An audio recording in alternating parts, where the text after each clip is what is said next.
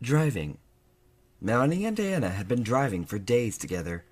Recently married, the women had been traveling from Florida to California on a long and surprisingly stressless honeymoon. Somewhere in Arizona, possibly New Mexico, the two had been driving for quite some time along a dusty stretch of road. Miles and miles of nothing stretched in front of them as they plowed down the deserted highway whose number both of them had forgotten. All they knew was that they were headed northwest along it. In the day, the road stretched on with nothing but dust and rock on either side, while ahead of them was a range of short, squat mountains that they intended to cross. But now, after they had driven for so long, the sun had gone and abandoned the dust, the rocks, and the mountain to be devoured by near total darkness on a moonless night. Only the smallest bit of starlight illuminated the girl's world.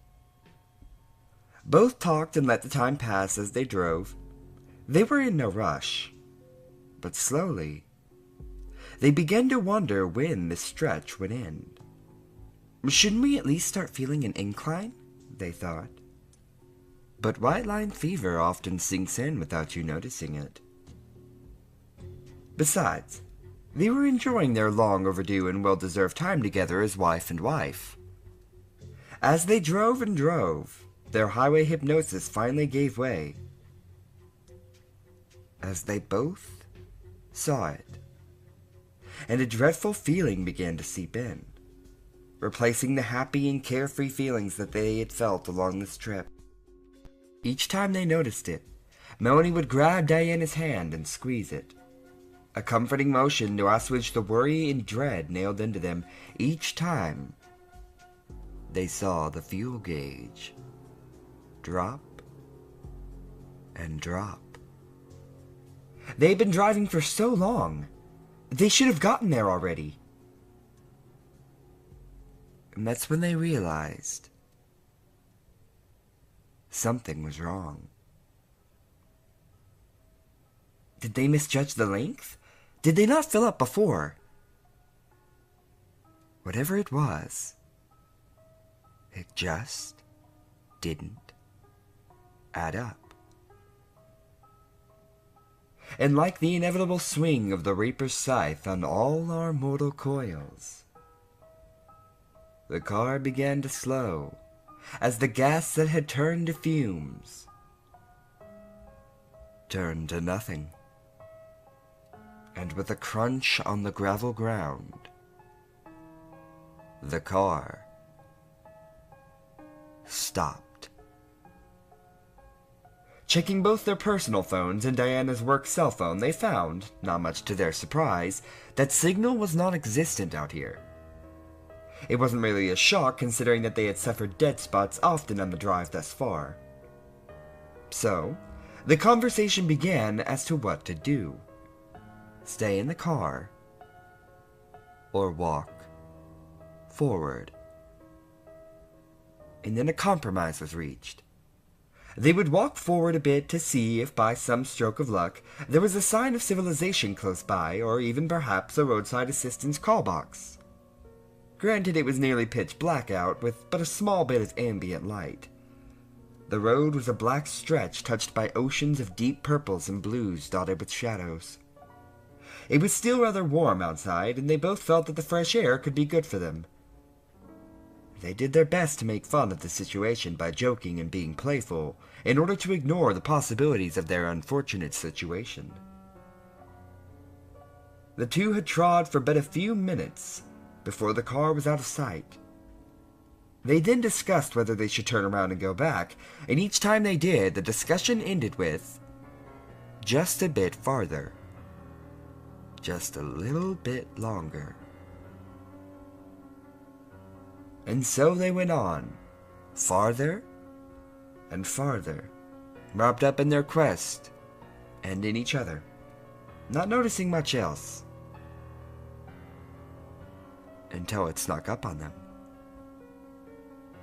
Clouds, thick, rolling clouds spreading across the sky, blotting out the already feeble starlight with their inky black. And that's when they decided, go back. Oh, we have to go back. They both agreed as the last bit of starlight was voided out, but as they walked back towards the car, they realized that it was far too late for such a choice. Blackness stretched before them, behind them, above them. The only way that they even knew the other was there was by their clasped hands and the other's breathing.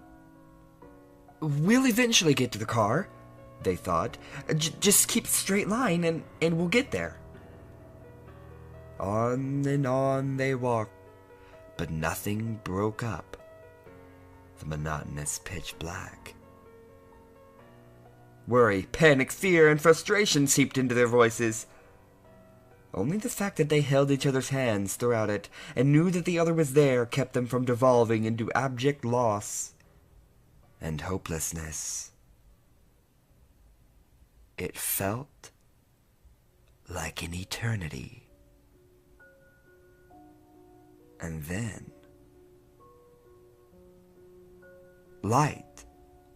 A small flicker of light springing to life in short bursts, then finally stabilizing to a constant one. It appeared to be a roadway light, which meant that something was there, or at least nearby the area. At least, they hoped so. As they got closer, they noticed that the night was so dark that the light barely illuminated the ground beneath it, and it didn't even shine on its own post. But they ran to it regardless. If nothing else, they could at least sit below it until daybreak. They both ran up to it, and underneath that feeble light, they embraced, not even realizing that the ground was wet. Though it had not rained. They lost themselves in a celebratory and relieved kiss under that small light. So relieved, in fact, that they didn't even mind the very strong smell. Suddenly, the light bobbed a bit.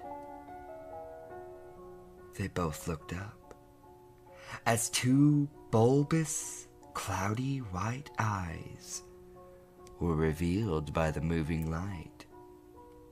The tongue they were standing on moved. The light went out,